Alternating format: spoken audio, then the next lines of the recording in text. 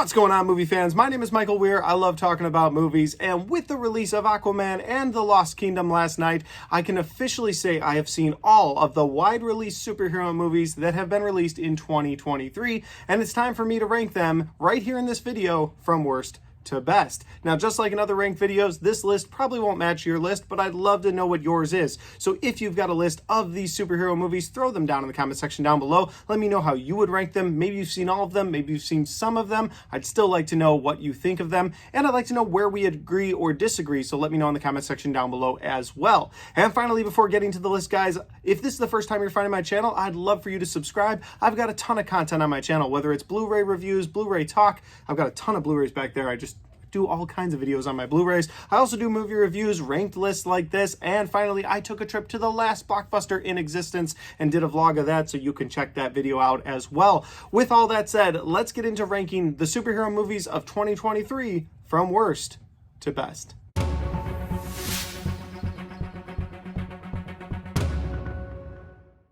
At number 9, guys, we have The Marvels. Now, if you've seen my review for The Marvels, this is probably not a shock to you.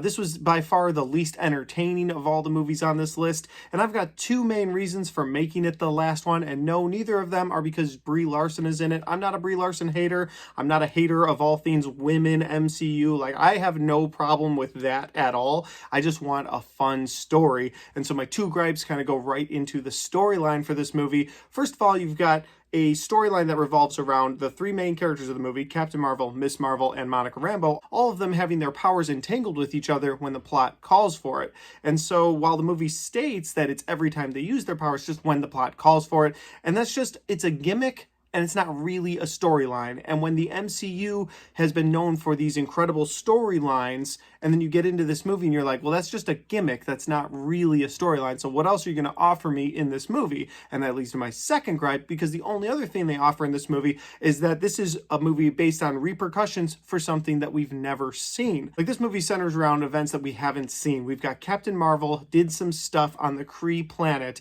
and that caused them to lose their water, their atmosphere. And honestly, that's the movie that I wanted to see, and that seems like the original Captain Marvel 2, and instead they were like, no, we've got to get to the next thing, so let's just skip that portion of it, which is something Marvel has never done before. They've never had a problem taking their time developing characters. Instead, you have this rushed second movie that didn't happen, and you jump to what seems like the third movie because, oh, we've got to get Miss Marvel in there, we've got to get Monica Rambeau in there, and we've got to set up the next thing in the MCU. So this feels like filler for something that didn't happen on the front end, and you just kind of montage through the movie. And again, that's the movie I would have been more interested in. With all those reasons, that's why it's number 9. At number 8, guys, Blue Beetle. Now, like a lot of people have said, this is going to be nothing new. I hope they continue using this version of the Blue Beetle in the DC universe when it kicks off with Superman in 2025. I hope they bring back this actor. I hope they bring back certain elements of his family, but that's why this movie made it that low on my list, is that I don't even know if this character is going to continue on into the DCU, and if it does, my one request is that they bring in less of his family, because it seemed like in the Blue Beetle movie, every time he had something to overcome, he had a family member with him to help him get through it, including his granny. At one point, his granny saves the day in this movie by using this big alien machine gun, and it just didn't work for me in that level. I want Blue Beetle to be able to stand on his own, and so if you're going to put him in something like Teen Titans down the line, or if you're going to put him in the Justice League down the line, okay, it makes sense, all of you having their backs, but it's just his solo movie, and he's just constantly saved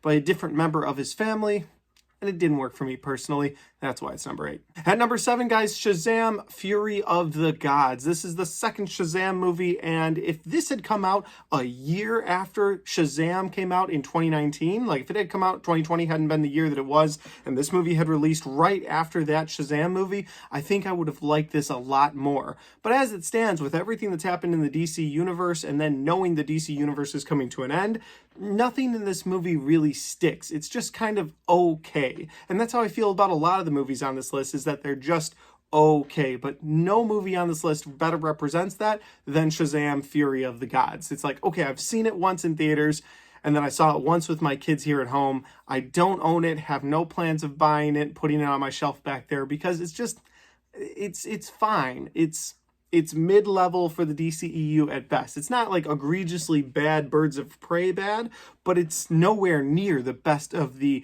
DCEU, which includes the original Shazam. They like didn't recapture that magic for me, and that's why it's number 7. At number 6, Ant-Man and the Wasp: Quantumania. Now, I like elements of this movie, and I always love watching Paul Rudd, but when you get into this movie, the CGI is rough, and they bumped this movie up several months, and you got to wonder why they did that if the CGI looked the way that it did. And you have Jonathan Majors as Kane the Conqueror. Now, putting all the Jonathan Majors stuff aside, we'll just talk about the character of Kane the Conqueror in this movie.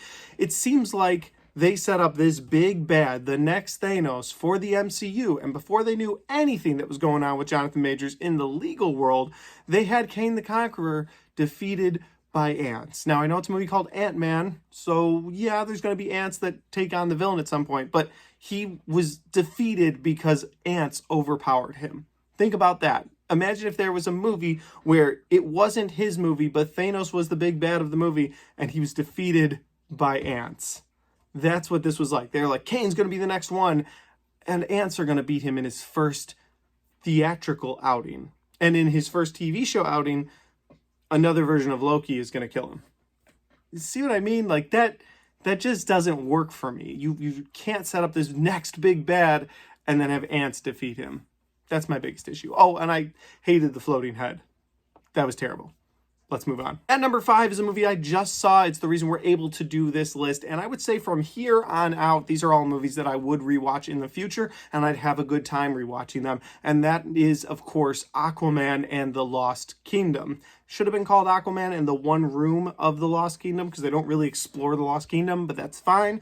But yeah, this movie, it's sort of a buddy comedy action adventure with Aquaman and his brother Orm. Those are the parts of the movie that really worked for me. I loved watching Aquaman interact with his brother Orm, going on this adventure to stop Black Manta from essentially destroying the entire world, both the land and sea, and releasing this ancient evil. And so watching them throughout this movie worked for me. I liked their chemistry. I liked the jokes in this movie. It didn't feel like the darkest of the DCEU. It also didn't feel like the lightest of the DCEU. So somewhere in the middle ground there worked for me. That's not to say this is like a mid-level DCEU movie like Shazam was. To me, it's definitely higher than some of the other ones. I liked this personally more than I liked the original Aquaman. And so yeah, this is a higher tiered movie in the DCEU for me, and I had an enjoyable time watching it. At number 4, we're going to deviate from the DCU and the MCU, and we're going to talk about TMNT Mutant Mayhem. Now, I loved how this thing looked visually. This was beautiful. It was almost like paint. It was like water paints were used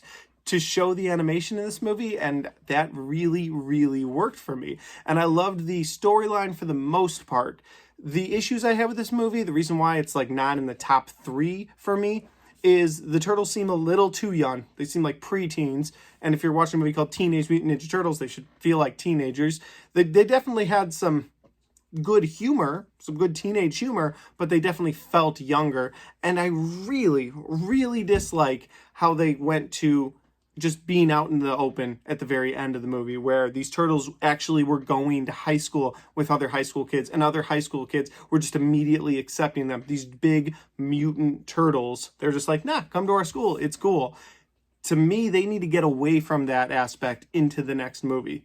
But I put this higher up on my list, so I want to talk about the positives I have for it. I liked some of the Easter eggs they dropped throughout the movie, whether they were Utrom Easter eggs or Shredder Easter eggs. I like things like that throughout this movie. I liked the animation style. I liked the paint-looking animation style. I loved how they did Splinter, because not only was Splinter a badass, but he was also very funny, and so the comedy beats in this movie really work. The action in this movie, the animated action, it really works for me, and I liked Ice Cube as the main villain of this movie, as the Fly. Seeing him versus the Turtles, that was cool. So yeah, I like the different mutants that showed up. I think Paul Rudd even played one of them, and there was just a good amount of humor in this movie, and my kids really enjoyed it. So this is a movie that when I look back at 2023, I'll be like, oh yeah, that Turtles movie came out. Had some gripes, but for the most part, an enjoyable time. At number 3, it's going to be the most controversial pick on this list that I don't have it at number 1, and that is Spider-Man Across the Spider-Verse. Listen, you give me a Spider-Man movie from a different universe, a different production company every single year, and I'll be a happy person. I love watching Spider-Man. This was such a well-done movie. I loved the animation. As much as I love the animation from TMNT, the animation in this is just crazy great. And TMNT actually has, I feel like, the Spider-Verse movies to thank, because the first Spider-Verse movie really brought in that new animation style, and people were like, oh, well, people like that, we could do that with our thing too. And so you get movies like the Turtles. But Across the Spider-Verse continues that great animation, great character work in this movie as well, whether it's with Miles Morales or even Gwen Stacy. She gets a full story arc in this movie that I didn't see coming, and I loved every second of it. There's emotion to that story arc, there's feelings to that story arc, and then you've got the scenes of violence sometimes between Spider-Man, or you've got Spider-Man and some villains, and the violence in this movie is great. You also have that awesome injected humor from the first Spider-Man Spider-Verse movie. You've got that in this movie as well, and every time it landed for me. I loved all the stuff with the Spot. I feel like this movie was damn near perfect. But I've got it at number 3 for 2 reasons. First of all, it's not a complete movie. And I know a lot of people have griped about that, and people have been like, just take it for what it is. And I get that, I do. But it literally ends at just this, not like, Gwen Stacy finishes her story arc. You could call this movie her movie. You could. But since it's about Miles Morales, ultimately, it just sort of ends in the middle of his plot line. And this goes on and back and forth for 90 or so minutes until the movie just sort of ends.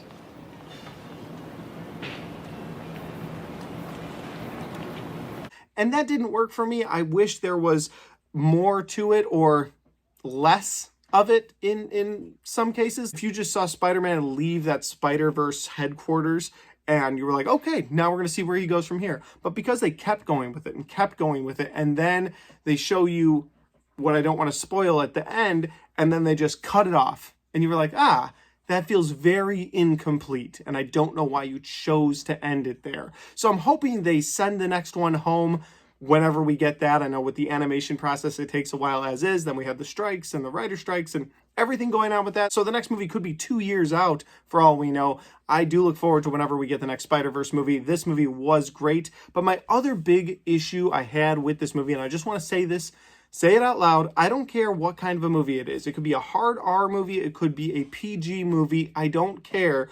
Keep your kids in line at the theater. Because we go to the theater, my wife, myself, and my 3 kids, and we had picked out seats, top, middle, away from everybody, we knew it was going to be a packed crowd. We go on opening day, and it is a packed house. And it's nice to see a full theater, but people were going up to the screen and taking selfies with the flash on when Spider-Man would be on the screen.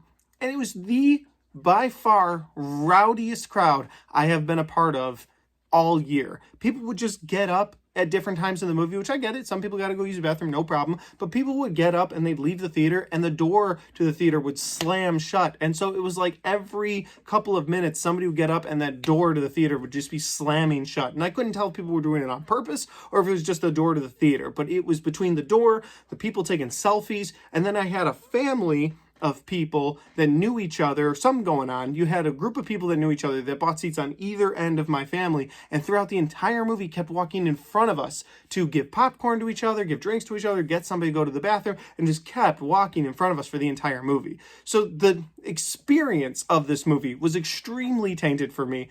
I still think Across the Spider-Verse is a great movie, but my experience was tainted, and that's why it's as low as number 3. At number 2, we have Guardians of the Galaxy Volume 3. This is the final Guardians of the Galaxy movie directed by James Gunn. He will not be coming back to direct any more Guardians movies now that he is the head of the DCU. Like, he is putting all his energy into Superman and the DCU in general. So we've seen the last of James Gunn in the MCU, at least for a while. Like, this movie had the potential to be my favorite superhero movie, and 2 is pretty damn near close.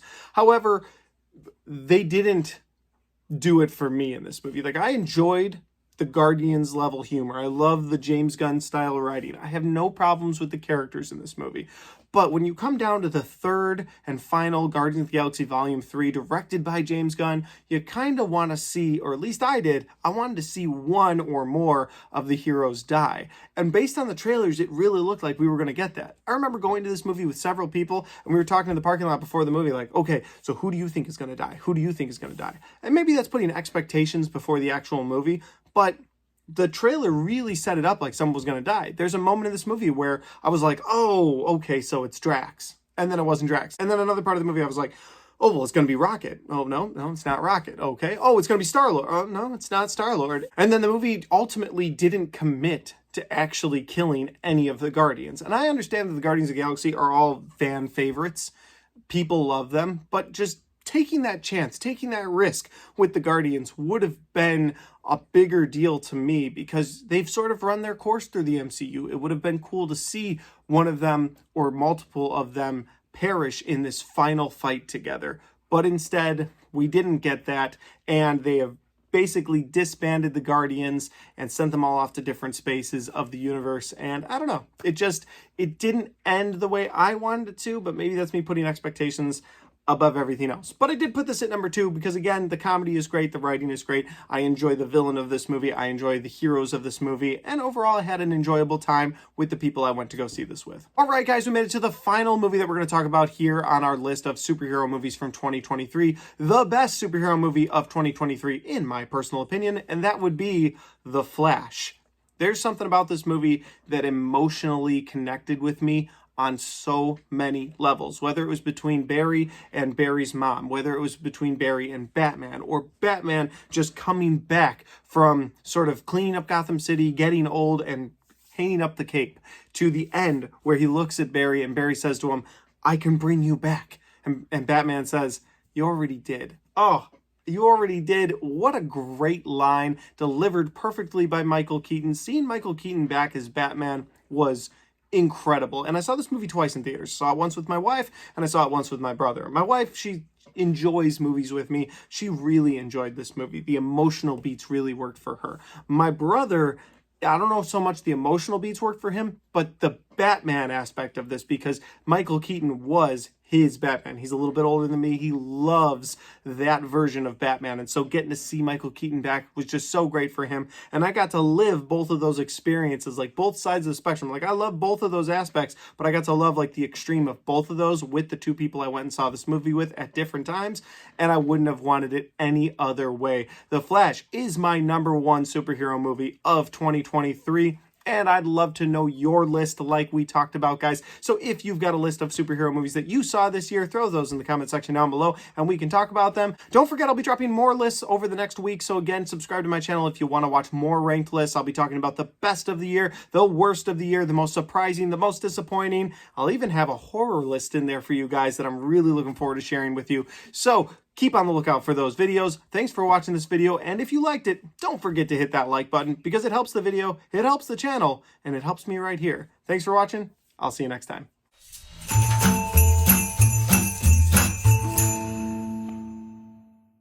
All right, we've made it through these superhero movies from 2023, ranked from worst to best. I hope you guys enjoyed this. I hope you agreed for the most part, but I do understand everybody's got their own specific things they like about movies, and so I'd love to know your thoughts in the comment section. But as always, guys, if you want to watch other videos I've done on this channel, you can click right here to check out all of my ranked lists from 2023, and you can click here to check out all of my movie reviews from 2023. Thanks for watching. See you next time.